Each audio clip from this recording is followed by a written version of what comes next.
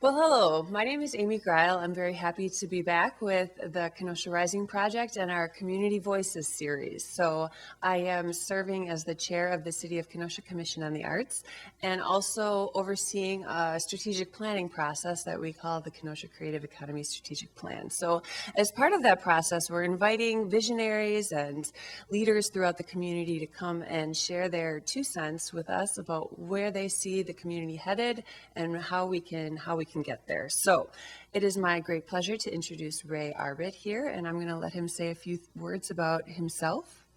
My name is Ray Arbet. I'm the Public Works Director for Kenosha County, and it's actually the Department of Public Works and Development Services that I'm responsible for managing. Right, and it sounds like, Ray, you have sort of a varied background between private sector business and also the public sector work. Yeah, I've been fortunate. I've been able to work in the public sector about an even amount of time with when I worked in the private sector. I worked in high-tech manufacturing, and most of those skills are actually transferable and actually enhance what I do in the public sector. Well, that is exactly why we've invited you here, because we'd love to hear some of those intersections between technical fields like engineering or you name it, whatever, you bring in. I'm not sure if it's more architecture or engineering, but we can... Worked in that. Okay. Worked in building construction as well as manufacturing, surgical instrument manufacturing and other kind of high-tech machining type applications. Interesting. And the correlation, the thing that happens from a creative standpoint is if you can take creativity and link it to technical things and then link it to opportunity, it's when those three things come together that amazing things happen. Creativity to me is kind of the catalyst, but unless you can link it effectively with those other two things, it never matures and kind of reaches its full potential. So that's fantastic. All right, this is exactly the sorts of insights we're looking for. Now, how can we understand this creative economy that we talk about? So that's, as was mentioned by a previous interviewee, that to break down the silos, you really have to create the creative. If the creativity kind of exists as an island unto itself, nothing great happens.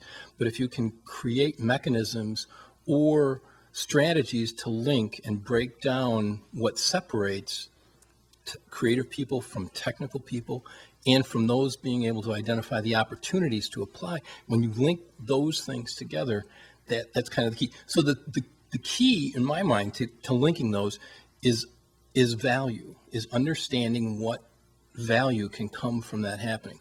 Once a person that is a technical person or a person that is more driven by a business model, an economic, once they understand the value that the creative force plays in this, and that's when things start to connect and things start to happen. One of the examples I use, I think you and I have talked about this before, the Boulevard Theater in Milwaukee, a tiny neighborhood theater, moved into what was 30 years ago a very rundown, depressed area, Bayview. Now it's one of the hippest areas. And the Boulevard Theater, we went to that theater when it was first starting. They were really the catalyst for a lot of what happened there. They got the building for nothing. It was a depressed, trashed area. They got it for next to nothing, got together these creative group of folks, and from that spun off restaurants, housing, everything. They've actually had to move out because the property became so valuable, but it's okay. They went to a mobile theater. So they're actually doing it in again, they came up with a creative solution to a great problem. Things became so successful, they actually had to move out. And so keep spinning off in interesting ways, to see kind of what their next step is. Interesting. So I think that's like a new insight that we've kind of gained here, that maybe the creative economy isn't just creativity cutting across industries and different, sectors and ways of life, but that it really must be connected to an opportunity and to that idea of maybe technical capacity, that, creativity for creativity's sake isn't going to get you too far. And that's not going to create an economy that really we want to necessarily foster here. It's the creative skills, though, that's the part that, when that's brought to the table, if somehow you can create a mechanism that identifies, if you've got the creative piece of it, you've got the technical piece of it, but identifying then the opportunity, what was a problem becomes just that. It becomes an opportunity. But if you don't have the creativity piece of it and you don't have the technical piece of it, the problem remains a problem. It's only when all those things get linked together that you actually connect the dots and great things happen. Right. And that's what we're talking. I mean, more and more people I talk about, oh, we want to hire folks that, are very solution oriented or, problem solvers and independent thinkers and people can take initiative. And it sounds like, that's an element that people are looking for, but don't necessarily know how to define or train and create that workforce that's really, I guess, capable of bringing that ability to the table. Very interesting. Well, I would say you are certainly such, but I would ask you, would you consider yourself a creative then? I would be considered an industrial creative. Oh, so okay. I don't dabble in formal arts, but I can create. I restore automobiles in very customized ways, and I do things that are more oriented that way. My children, thankfully, have all gotten the formal arts. They're all very musical. They're all very visual arts. All of them are in that. But I've kind of industrial, I would call it. Okay. Industrial art. Well, we'll take it. We'll take it. You're good by me, Ray. So we've talked about some interesting things. So as far as components of those places, those environments or economies that we would love to foster here, a lot of people have different ideas of how you do that. Would you say, in a situation like Bayview, what are the components that, I guess, have come together? Or is it more than what you say that, it's just a secret recipe that certain places have at the right time? Or is it something that you could actually kind of document and recreate? I think that it can be documented. I think it can be replicated. I think it is a process. What they did started with a little theater, but because of what it meant to folks and what it allowed folks to do and experience, it became a draw. And then when that draw became large enough, other folks recognized opportunity. Mm-hmm. A restaurant opened across the street, and then there was 2 restaurants, then there was 3. Then it became, the vibe was created, right? So then once the vibe was there, people wanted to live in that area. Well, then developers got involved. Again, folks recognized that wouldn't normally be involved with the creatives, so to speak, but they recognized economic value. They got involved, and then the thing took off. So would that exact recipe be developed again? Probably not, but the same framework that was used in that could be replicated. I'm certain of it. And so again, starting with where you can add that value and finding maybe that critical pivot point, that theater was one such place, right? Mm-hmm. Yeah, and like I say, being able to, one person will look at something and say that's a problem, but most often it's not. Another person will look at it and say, no, that's really good that's screwed up because I can fix that. I know how to do that. But having the skills to, 1, be able to address it, and 2, recognize that it is an opportunity, if those could be enhanced as part of a formal education process, I think then a lot of this stuff starts to come together and coalesce. Beautiful. So I'm even hearing that education has a space even within this, creative economy that has a... Absolutely. Absolutely. The way things have been, and I think they're aware of this, the problem is they keep shooting at a moving target. At some point, the education needs to identify a strategy and kind of stick with that strategy to see where it takes them before it constantly gets adjusted. But developing something, because my daughter was an art major in college. She graduated 3 years ago. For her, she took some business courses as well, thankfully. So she started to see how what she was doing from a critical thinking standpoint, from a creativity standpoint, how that connects to the real world. That, though, needs to be more formalized, I think, in a lot of educational programs. So working across some of those natural, I guess, divides, like you talk about, or silos, where business can't be the arts, or, that, okay. Because that's interesting, because I think I'm even hearing some rumblings within our local four-year institutions that there's new programs coming online that are really meant to bring people into contact excellent. with business and create, I guess, more synergies across the different department areas and things. So Excellent. All right. So Ray, how would you say, you have obviously worked in a variety of different areas, fields, positions. How do you continue to adapt in this, I guess, more creative economy? I think it really is the number of things that are transferable when you have, opportunities to exercise critical thinking and creativity in terms of developing solutions to new problems. Those skills are transferable from many disciplines. I did it from high-tech manufacturing to public service in a civil engineering kind of an environment. But those critical thinking skills and those creative problem-solving skills, communication skills are probably the next piece that helps tie all that together. Being able to talk to various types of folks and help get them on the same page so that they can, work towards a common goal.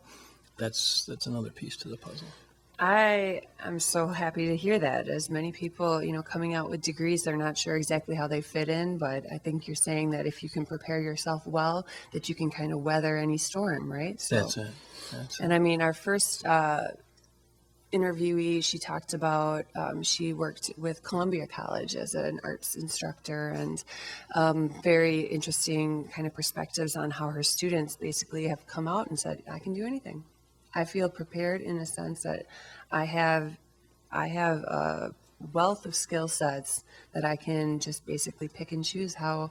And I mean, that's an optimism that I guess maybe we don't see a lot of, but maybe that's going to become more common. Confidence, yeah. They've developed that confidence because of that adaptability. They've been presented with situations where they had to think through, came up with a solution, and each time you do that, it just builds the foundation, and your ability to adapt to even more situations just increases. So. Wonderful. This has been really exciting. So as far as we look at Kenosha, we have our strategic planning process underway, and we're really looking at, visionaries like yourself to talk about where we're headed and how to get there. So as far as your vantage point, I mean, certainly you have young adults, growing up at home and beyond, and how do you see the community really getting to that next place of really a place that can attract and retain its talent, that's kind of sticky, as I talk about, where people just want to be, that vibe, like you say? I mean, is there strategies in mind that you could share? Well, I think that you're already, you guys are setting the framework for a lot of this stuff, right? The fact that you're conscious, there's a collective consciousness to the need to do this, and there's organizations and committees being formed, so there's people that are focused on this. That's the first step. Getting to that vibe state where the person that graduates from Carthage doesn't look to move out west or out east and they want to stay here, or from UW Parkside, or even getting to a point where we attract the kids that did go away to come back here, and actually that it's going to involve more of what it is you guys are working on right now. The vibe is, it's there, you can see it, but it's a little off in the distance yet. We've got pieces of it that are being put in place right now, but getting to that point, some of what's happening downtown right now, in terms of this place, a lot of the other restaurants and clubs that are being created in the downtown area that didn't exist 5 years ago. We're bringing in people from outside the community just to come in that wouldn't have otherwise traveled to Kenosha. Absolutely. And folks here are staying here and not necessarily having to travel to Milwaukee. So as that starts to go and builds momentum, that's what's going to help, I think, create the whole scene. The whole scene, yep.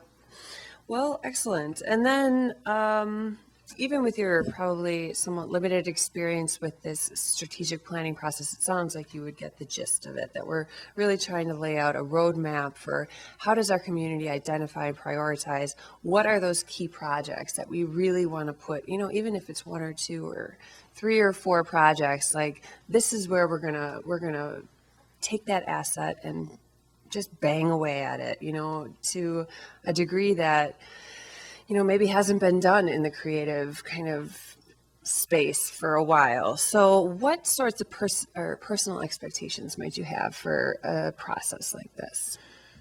I would hope that there is very intentional involvement of the business community. Yes. And it won't be all businesses, but there are definitely certain businesses that, even though they may be identified, if you look at them superficially, you're going to say, oh, that's a manufacturer, that's a this. That. Within that organization, though, there is the same elements. One of the places I worked for locally involved all of this because it was critical for us to remain ahead of the curve. If we were to remain competitive in an international marketplace, we had to have those 3 elements linked: the creativity, the opportunity, identifying the opportunity, and the technical skill set.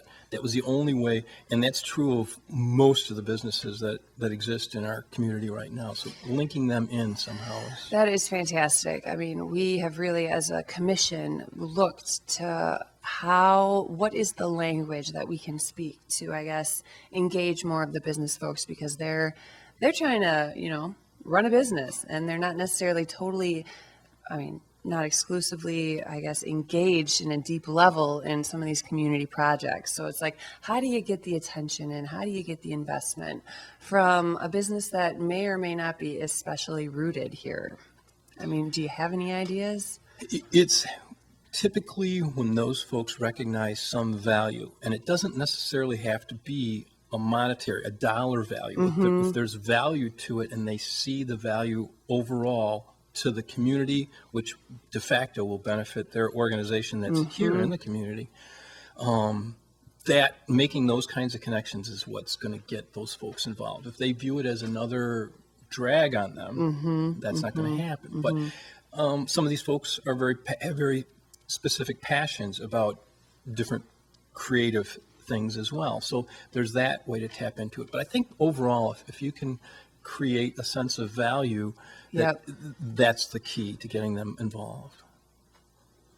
All right. Well, I think I've taken away quite a lot here. So I just really appreciate you taking the time to prepare yourself, Ray, and have some really insightful, I guess, thoughts on where we're headed and how to get there. So just want to say a very,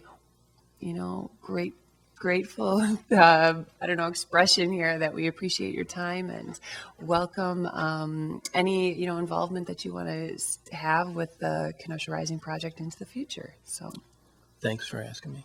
thanks.